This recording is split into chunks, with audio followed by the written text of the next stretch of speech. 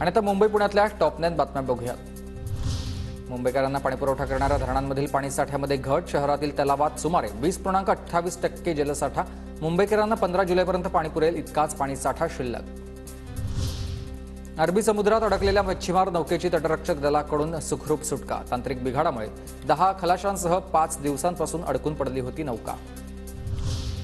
वाढत्या उकाड्यामुळे प्रवाशांची वातानुकूलित लोकलला पसंती। प्रवाशांची गर्दी पाहता पश्चिम रेल्वेवर वातानुकूलित लोकल फेऱ्यांमध्ये वाढ।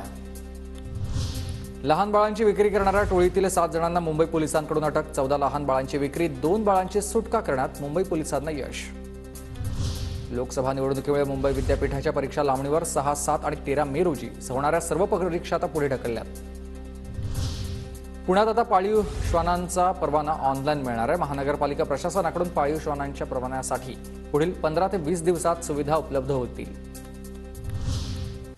सावित्रीबाई फुले पुणे विद्यापीठातील अध्यासन प्रमुखांच्या भरतीला अखेर मुहूर्त।